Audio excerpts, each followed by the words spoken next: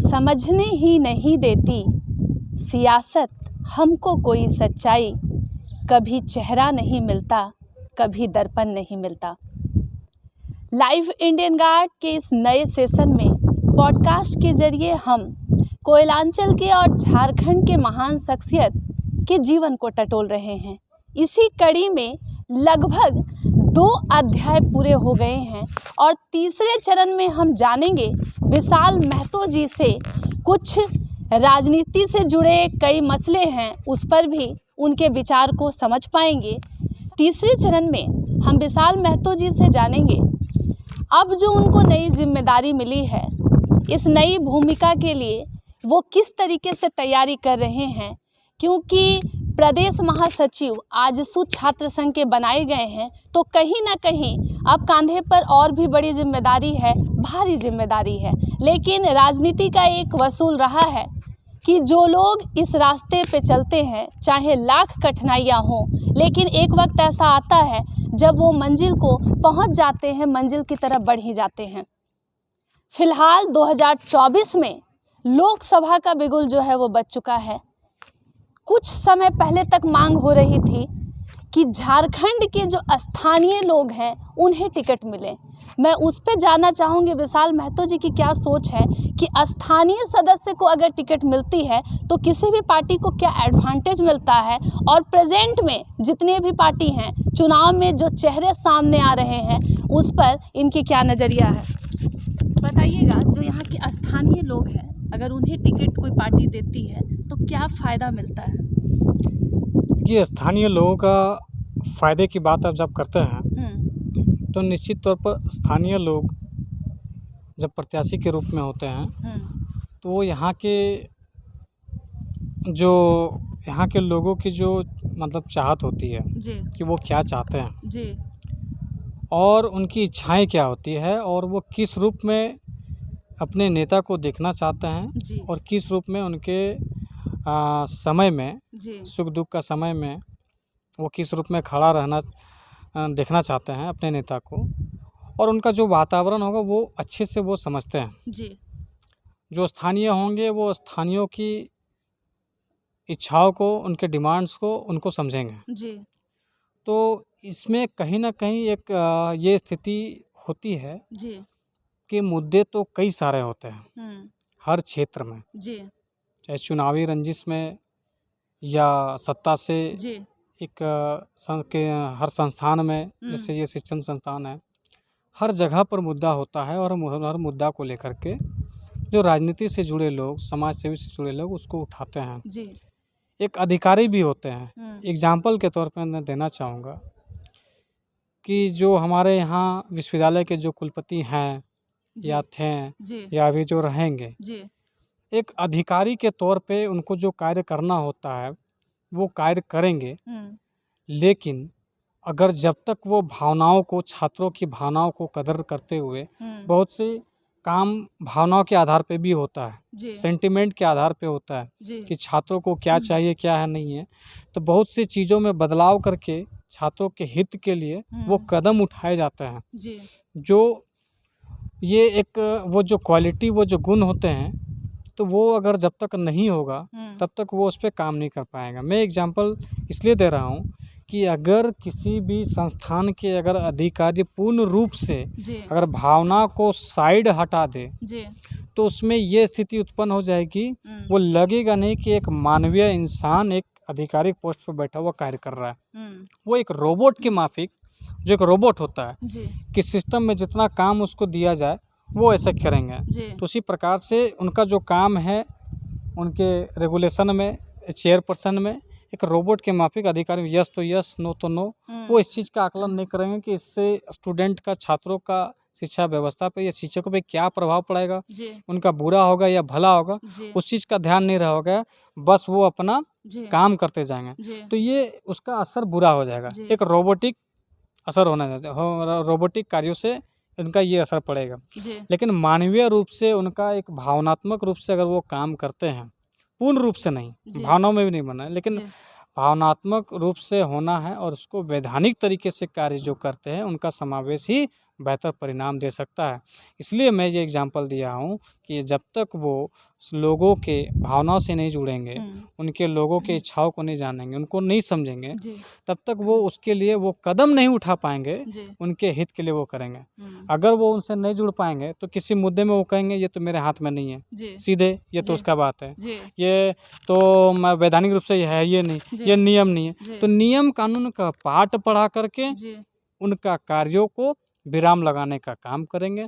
यही अगर वो भावनाओं के रूप में अगर जुड़े रहेंगे, उन लोगों को समझेंगे, तो अगर नियम में वो काम नहीं है जो उनसे, तो वैसे विकल्पों की व्यवस्था करेंगे, वैसे वैकल्पिक नियमों की सर्च करेंगे, खोज करेंगे, जिससे उनका फ़ायदा हो सके। तो ये जो कदम है, ये जो उठाओगे, ये कौन करता है? जिनका लगाव होता है, जिनका जुड़ाव होता है, जो लोगों को समझते हैं। तो इसलिए स्थानीय लोग अगर प्रत्याशी बन करके जीत करके आते हैं, तो इनका एक बहुत बड़ा फ़ायदा यही होगा कि उनके यहाँ की जनता के जो काम है, उन कामों को किसी भी रूप में उनको फ़ायदा पहुँचाना, ये उनको लाभ पहुँचाना, ये उनके ज़हन में रहेगा और वो उसके हिसाब से काम करेंगे। विशाल, एक बात बताइएगा, अभी जो आपको नई भूमिका जिम्मेदारी मिली है, 24 चुनाव पर सबकी नज़र है और अभी आपके लिए भी जितनी नई जिम्मेदारियां आई हैं, आपके लिए भी एक अलग एहसास है, अलग तरीके से जो है आपका भी अप्रोच है।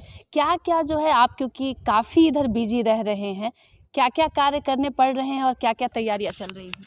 अभी 2 महीना पहले हमको प्रदेश महासचिव की घोषणा हुई, तब जब मैं जेएसएससी सीजल का पुतला फूंक रहा था, और वो पुतला हमको लगता है स्टेट में जैसे पेपर लीक का मामला, तो पहला पुतला हम ही लोग फूंकते हैं। कहीं ना कहीं जब भी कोई मामला संज्ञान में आता है, सबसे पहला विरोध हमारे आशु छात्र के द्वारा किया जाता है। तो हम लोग सबसे शुरुआत में सबसे पहले हम लोगों ने, जब हम रणधीर वर्मा चौक पे पुतला फूंक रहे थे, तो पुतला फूंकने के दौरान नोटिफिकेशन हुआ। कार्यक्रम के बाद मैंने फ़ोन को चेक किया ना, बहुत सारे फ़ोन्स आ चुके हैं, क्या बात है, मैंने देखा तो मुझे प्रदेश महासचिव की जिम्मेदारी सौंपी गई है, इसकी सूचना हमको मिली। तो उसके दरमियान पूरे 1 महीना तक या उसके बीच तक में आंदोलन का ही सिलसिला चला। हम लोग चरणबद्ध आंदोलन का रूप तैयार किए और हम लोग आंदोलन में लगे। तो उस बीच में हम लोग उसका काम किए, बीच में संगठन विस्तार पे हम लोग का काम चल रहा है। फिलहाल उस पर काम चल ही रहा था कि अभी लोकसभा आम चुनाव आ गया है। तो इस लोकसभा के आम चुनाव में मुझे गिरिडीह लोकसभा के टुंडी विधानसभा का युवा का प्रभारी बनाया गया है। क्योंकि एक ये बड़ी जिम्मेदारी है, एक सांगठनिक रूप से एक जिम्मेदारी मिलती है, वो एक अलग होती है, लेकिन चुनाव के दरमियान वैसे लोगों को ही जिम्मेदारी दी जाती है जो एक काफ़ी पार्टी विश्वास करके जिम्मेदारी देती है। तो पार्टी हम पे विश्वास करके रख के एक बहुत बड़ी जिम्मेदारी दी है, और कहीं ना कहीं उस जिम्मेदारी में कैसे फलीफूत मैं सक्सेस कर पाऊँ, मैंने एनी टाइम दिन रात मेरे दिमाग में वही चलता रहता है। तो मैं उसके हिसाब से मैं अपने संगठन कार्य में, चुनाव में मैं अभी लगातार लगा हुआ हूँ। अभी ऐसा लग रहा है क्या, क्योंकि लगातार बहुत काम करने पड़ रहे हैं, भाग दौड़ का काम है, लंबे सफ़र पे इंसान रहता है, थकावट हो जाती है, तो लगता है कि बहुत बोझ हो रहा है या फिर इसे एंजॉय कर रहे हैं? देखिए, ये तो बोझ की बात उसके लिए होगी जो हमारे पहले अध्याय में, दूसरे अध्याय में जो स्वैग वाली राजनीति की जिक्र हुआ था, उसके लिए ये बोझ हो सकती है। लेकिन मैंने बताया, मैंने कॉलेज के शुरुआती टाइम से पूरा दिन में कॉलेज व्यतीत करता था, समय को गुजारता था। भूखे प्यासे एक बार जो 10 बजे कॉलेज गए, 5 बजे 6 बजे सबसे आखिर में आता था। तो हमारा संघर्ष बिना खाए पिए दिन भर गुजार देने, लंबे समय तक काट देने, तो ये मेरा लंबा अनुभव इसी चीज़ का रहा है। तो अभी जो कर रहे हैं तो ये मेरे लिए बोझ नहीं है। अगर आप मज़े की बात करें, एंजॉय की बात करें, तो मैं एंजॉय के रूप में अपने कार्यों के लिए मैं चिंतित हूँ, मैं उसके लिए लगा हुआ रहता हूँ। तो मैं उसको एंजॉय, बोझ नहीं कर सकते हैं। और एंजॉय भी क्या है कि अभी उसको मैं गंभीरता से मैं उस पर काम कर रहा हूँ। आज जो सुप्रीमो सुदेश महतो जी हैं, उनका जो भरोसा आपके ऊपर है, जब आपको पता चला कि आप महासचिव बन गए हैं, तो उसके बाद भेंट मुलाकात हुई होगी, अपनी ओर से उन्होंने कुछ कहा, कुछ समझाया, या जो भरोसा आपको वो जीत पाए हैं, आप जीत पाए हैं, और वो जो आप में देख पा रहे हैं, उनकी जो नज़रिया है, दृष्टिकोण है, कैसे देखते हैं इसको? देखिए, एक समय था ऐसा कि लंबे समय तक हमको ऐसा फील होता था कि हमारे आजसू प्रमुख जो हैं वो हमको ठीक से जानते नहीं हैं। मतलब ऐसा होता है ना कि हमारे एक संगठन तो है लेकिन ऐसे परिचित हैं जो मैंने पहले बताया था कि नहीं सबकी ललक रहती है कि नहीं हमारे जो ऊपर के नेता हैं वो हमको कम से कम पहचान है, बाय नेम पहचान है, हम उसकी पहचान में आ जाएं। तो वो चीज़ बीच तक हमको लगा था, लेकिन हालिया में जो कुछ कुछ घटनाएं होती थी उसके बाद में जो प्रदेश महासचिव का नोटिफिकेशन हुआ बाद में है, तो फिर सारी क्लियरिफिकेशन है कि उनकी नज़र सब पे रहती है कि हमारे संगठन में कौन ग्राउंड स्तर पे ज़मीनी स्तर पे काम कर रहा नहीं है, तो उनकी नज़र रहती है और वो लोगों को विश्वास करके माने चिन्हित करते हैं। तो निश्चित तौर पर उसके बाद में हम लोगों ने मिला तो उन्होंने बहुत ज़्यादा हमसे बात हम लोग बहुत ज़्यादा नहीं हुई, लेकिन उन्हें ऐसा लगा कि नहीं ये मतलब ऐसा होता है ना कि किसी को बनाने के बाद समझा रहे हैं, डायरेक्शन दे रहे हैं, समझा रहे हैं ऐसा करना है, वैसा करना है, ऐसा करना है, तो डायरेक्शन दिया जाता है, गाइडलाइन दिया जाता है, निर्देश दिया जाता है। मुझे कुछ नहीं दिया गया। तो इससे हमको समझ में आता है कि उनको पूर्ण रूप से जो भरोसा है कि हम पे भरोसा है कि जैसे भी हम कर लेंगे, और उस भरोसे के साथ में वो बस हमको इतना ही कहें कि बस लग जाओ। तो लग जाओ, लग जाओ, ये 2 शब्द में मैं समझता हूँ कि वो कितनी बड़ी भरोसे के साथ में ये बात बोले हैं। क्योंकि मैंने देखा कि मैंने खुद से जब मैं संगठन विस्तार करता हूँ तो उनको समझाता हूँ ऐसा करना, वैसे करना, ये वो दिस दैट, तो कहीं ना कहीं वो उस पर प्रयोग किया जाता है कि उनको लगता है नहीं कि ये बेहतर तरीके से नहीं कर पाएगा, तो उनको थोड़ा गाइडेंस कर दी जाए, वो बेहतर हो जाए। तो ये उनके लिए होता है। तो ये मुझे लगा कि उनको हम पे पूर्ण भरोसा है, तो ये चीज़ का एहसास मुझे हुआ है। तो मैं ज़रूर निश्चित तौर पर उनके उम्मीदों और भरोसे पे मैं 100% मैं सफल होने का मैं उस पर काम कर रहा हूँ। दुनिया में मोदी लहर का जिक्र है, राम आएंगे 400 पार होने की बातें चल रही है। झारखंड में मोदी लहर का कितना इम्पैक्ट रहेगा, या फिर लग रहा है कि बीजेपी की स्थिति जो है झारखंड में अच्छी नहीं है? देखिए, बीजेपी जो है और हम लोग का आजसू है, हम लोग का एक गठबंधन के तहत ये लोकसभा आम चुनाव लड़ा जा रहा है। निश्चित तौर पर हम लोग को 14 में से 1 सीट गिरिडीह, 13 पे बीजेपी के प्रत्याशी उतरे हुए हैं, वो लोग लड़ रहे हैं। तो वो हर संगठन का अपना एक विचार होता है, अपने विचारधारा के साथ वो लड़ाई लड़ रहे हैं। हमारा आजसू पार्टी एक क्षेत्रीय पार्टी है, तो हम क्षेत्रीय जन मुद्दों को लेकर के हम लोग अपना लड़ाई लड़ रहे हैं। एक जगह हम लोग लड़ाई लड़ रहे हैं, बाकी 13 जगह हम लोग एनडीए के लिए लड़ रहे हैं। तो हम लोग का चुनाव जो है अभी हम लोग 1 सीट गिरिडीह ही नहीं, पूरा 14 लोकसभा पे एनडीए के तर्ज पे लड़ रहे हैं। तो हम लोग का कार्य एनडीए के तर्ज पे है, और जिसमें आजसू पार्टी एक क्षेत्रीय पार्टी है जिसकी जो विचारधारा है, हमारा विचारधारा में जो क्षेत्रीय जन मुद्दा है उसको राष्ट्रीय पटल पर रखना ही हमारा एजेंडा है। जी, ये जो राम नाम की हवा है, लोग ये कह रहे हैं कि बस ये 24 के लिए ही है।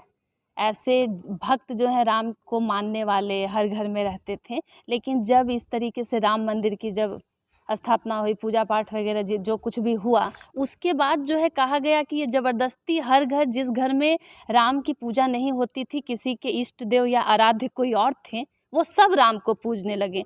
तो ये बीजेपी की एक तरीके की साजिश है क्या? राम का नाम भूंजा जा रहा है बस चुनाव जीतने के लिए? देखिए, इसमें चुनाव में इसको साजिश नहीं कर सकते हैं। राम नाम हो, पूजा पाठ हो, ये सब की स्वेच्छा की बात होती है। हम किसी को बाध्य नहीं कर सकते हैं कि आप ये करो वो करो। जब ये बाध्य करने पे आ जाती है तो वो लॉ मिसिंग पे गिनती आने लगती है कि आप जबरदस्ती आपको ये चीज़ बोलो। तो उस तरह की घटनाएं होती है। तो कहने का मतलब है व्यापक रूप से जो पूरे देश में चल रहा है, तो इसमें आप जैसे कि अभी कल अपने बात में कहा कि हर घर तक में, तो हर घर में हर घर वाले को उसकी इच्छा है तभी वो कह रहे हैं। हमारा काम है, उनका काम है, सबका काम है। अगर जय श्री राम है तो राम नाम का जाप हम जप रहे हैं, तो आप अगर हमसे प्रभावित हो रहे हैं और हमसे प्रभावित होकर आप भी इसमें खुशी महसूस करते हैं, अंदर में वो एनर्जी फील करते हैं राम नाम जपने से, राम का नाम लेते ही जो ऊर्जा आती है, युवाओं में जो ऊर्जा आती है, उसको आप भी महसूस करते हैं और अपने घर में भगवा का राम का झंडा लहराते हैं। तो इसमें साजिश कहाँ है? उसकी तो सबकी इच्छा है। जो विरोधी है वो उसको नहीं कर रहे हैं। वो उसको ये डर सताया जा रहा है कि इस जो जोश आ जाता है जी राम, जैसे राम के नाम से जाप से जो जोश आ जाता है युवाओं जी में, जो जोश आ जाता है जी वो जोश वो आ जाता है, उससे लोग अपने आप को फील करना चाहते हैं, जी तो लोग इससे जुड़ रहे हैं। जी तो जब लोगों का रुझान बढ़ने लगा है, जुड़ने लगा है, जी तो ये डर उन लोगों को सताया जा रहा है। इसलिए तरह तरह के आरोप प्रत्यारोप विरोधी विपक्षों की तरफ से ये लगाया जाता है। जी। कांग्रेस की स्थिति झारखंड में आपको क्या लगता है, मजबूत दिख रही है या फिर अगर देखिए कुछ? निश्चित तौर पर झारखंड में 14 का 14 एनडीए के पक्ष में खाता खुलेगा। जी तो जब एनडीए के पक्ष में 14 सीट आएगी, जी तो तो फिर बाकी किसी भी पार्टी का हम मजबूती के हम क्यों जिक्र करें? जी मजबूत तो हम हैं। जी तो 14 के निश्चित तौर पर वेट कीजिए, 14 का मतलब 14 सीटों में ये जीत रहा है। आपके जो स्टेटमेंट है, आपको लग रहा है क्या कि मतलब बहुत ज़्यादा कॉन्फिडेंस है या फिर पूरा भरोसा है कि ऐसा ही होने वाला है? देखिए, हम लोग का जो होता है, हम्म एक पार्टी होती है, संगठन होती है। हम्म जैसे मैंने अपने संगठन में मैंने कहा था, जी जैसे मैंने अभी पिछले अध्याय में कहा मैंने पाठ्यक्रम के बारे में कि मैनेजमेंट किया, जी मैनेजमेंट का कोर्स किया, जी तो उसमें जो पढ़ाया जाता है जी वो हर सेक्टर के लिए बहुत बेनिफिट्स होती है। हम्म तो एक मैनेजमेंट में लीडरशिप होती है, मैनेजमेंट में रिसर्च होती है, हम्म तो वो सारे संगठन की एक टीम होती है, अंदर काम करते हैं। जी सारे अपने निश्चित तो मतलब ग्राउंड ज़मीनी स्तर पे काम करके जी एक सर्वे करती है, खुद के सर्वे करती है, अपने जी प्रत्याशियों की सर्वे करती जी है, वहाँ के वातावरण को सर्वे करती है। हर चीज़ का सर्वे करने के बाद में एक मूल्यांकन तय करती है, उसके बाद भरोसा जताती है और उस पे काम करती है। जी तो ये जो कॉन्फिडेंस है, वो अपने काम का, अपने मेहनत का कॉन्फिडेंस है और ये होना चाहिए। जी ओवर कॉन्फिडेंस ये होता है कि हम कुछ किए ही नहीं, हवा चल रहा है, जी हम उस पे बात कर रहे हैं जी कि जी हम जीत रहे हैं। जी तो ग्राउंड लेवल पे हमारे कार्यकर्ता खटते हैं, हम्म उनकी मेहनत पे हमें विश्वास है और यही विश्वास के तहत हम ये कह रहे हैं हम्म कि हमारे झारखंड में 14 जो लोकसभा है, जी उस पे हमारी जीत दर्ज होगी।